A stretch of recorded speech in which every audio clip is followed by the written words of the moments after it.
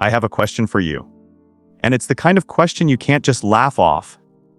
Because once you think about it, it will haunt you every time you watch Sullivan's Crossing. Why is the one thing that could completely change the show's tone simply gone? Not forgotten in a throwaway line. Not explained away with some lazy off-screen excuse. I mean, completely erased. Like it was never there at all. And here's the part that messes with my head. We all noticed it.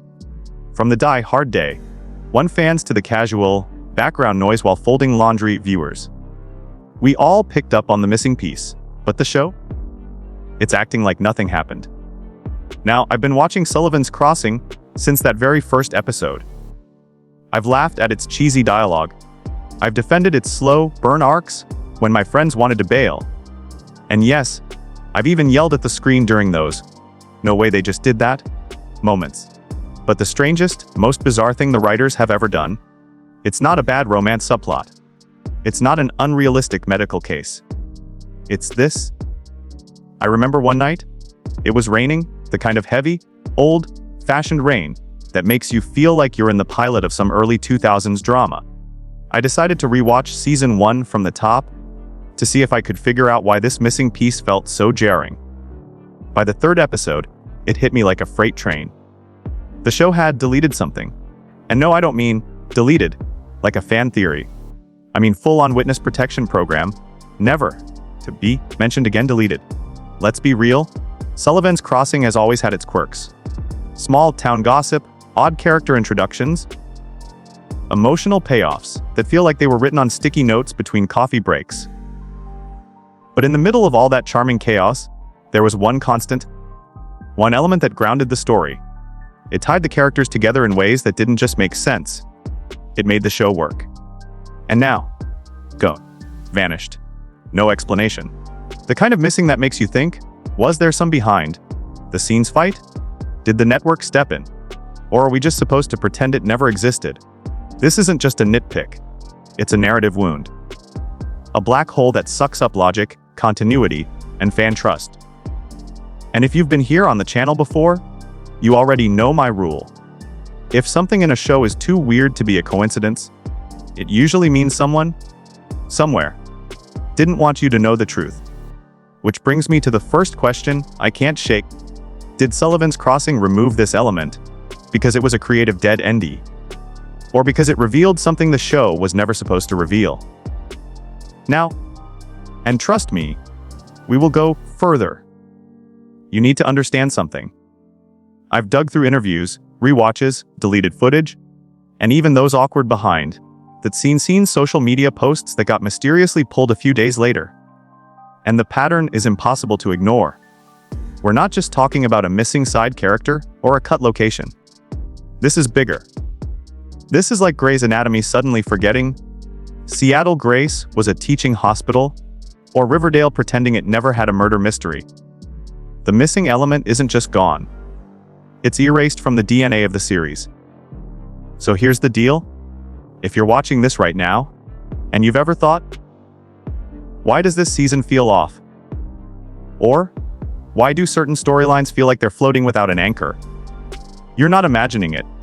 You're noticing the absence, and that absence has a name. Now, James Roxer is not the type to throw around wild accusations without evidence. But I'm also not the type to stay quiet when the writing is on the wall, especially when that wall is covered in sticky notes, red string, and a giant circle around a single question mark. By the end of this video, you're going to understand exactly what's missing, why it matters more than you think, and what it means for the future of Sullivan's Crossing. Oh, and if you want to make sure you're here for the next deep dive, the kind where I go full conspiracy corkboard and connect dots the show doesn't want you connecting. Now is the time to hit that subscribe button. Seriously, the channel isn't just a place for casual fans. This is where we pick apart the threads until the whole sweater unravels. Back to the problem. See, Sullivan's Crossing is a show that pretends it's about people, relationships, community, healing. But really, it's about the fabric of a place.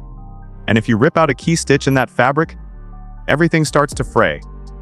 Let me give you a hypothetical. Imagine you're watching a crime drama, And the main detective's notebook. The one they've used for 3 seasons to solve every single case.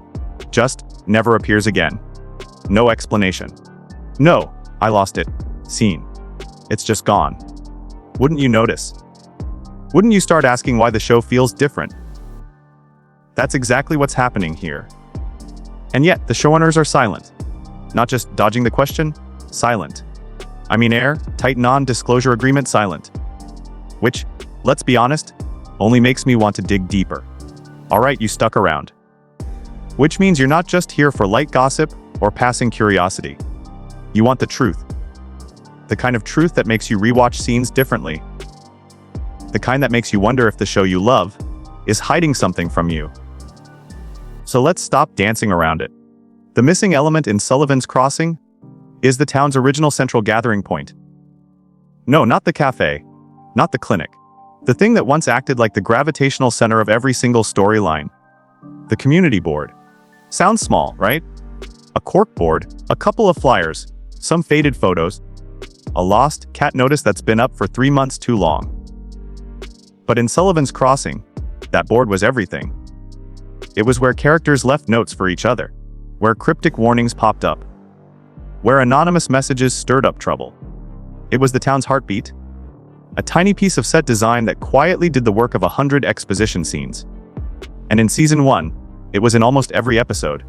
In Season 2, vanished. Now, you might think, James, maybe they just didn't have room for it in the new sets. But here's the thing, the community board wasn't just background dressing. It was a narrative device. Half the show's major turning points came from something posted there. The first time Maggie learned about Sully's feud. Bored. The warning about the storm that trapped them in episode 5. Bored. The mysterious ad that introduced a new character. Bored. Take that away, and suddenly you have to ask why. Why remove something so innocent yet so critical? And this is where the forbidden knowledge comes in. Because the last time we saw that board, it didn't look the same. It had a flyer pinned to it that didn't match the rest of the props. A flyer with dates, coordinates, and a phrase that, if you paused and zoomed, wasn't just random filler text. It said, "This place is not what it seems." That was episode 10. Right before the season ended. Right before the element vanished. Coincidence? I doubt it. Now, I've been down the rabbit hole on this one. I've checked fan screenshots, behind the scenes photos, even that one shaky video from someone who did a studio tour in the off-season. And in every single instance, the board is either intentionally blurred or completely absent. Think about it. When was the last time a small town drama went out of its way to erase a harmless prop? Never, unless that prop had become a liability. Which leads me to my theory. The community board wasn't just a piece of the set. It was the writer's secret storytelling weapon. And somebody, whether a producer, a network exec, or someone higher up, decided it revealed too much. And here's the kicker, that flyer with the strange phrase. It wasn't written by the prop team. It wasn't in the shooting script. It was slipped in by someone on set. You know how I know? Because the same handwriting shows up in a Season 1 blooper reel, on a coffee cup prop. And if you compare the loops of the letters, the spacing, it matches. Someone was planting messages. Messages the casual viewer would never see, but the hardcore fans would catch. And maybe, just maybe, the writers didn't catch it until it was too late. Now I want you to imagine something. Imagine the show had left that element in. Imagine fans started piecing together all the little cryptic notes over the seasons. We might have uncovered an entirely different plotline. One that wasn't meant to be public until the finale. Or worse, one that the network never approved. You think I'm exaggerating? Look at other shows that had similar prop-based secrets. Lost had its blast door map. Twin Peaks had its log lady codes.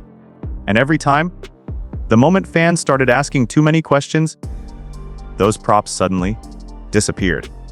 And I'm not saying Sullivan's Crossing is about to reveal some deep conspiracy involving hidden identities, land rights, and a 30-year-old cover-up. But I'm also not saying that. Now here's where I want to hear from you. Drop it in the comments. Do you think the missing community board is a harmless set change, or the biggest clue the show has ever dropped? And before you answer, remember?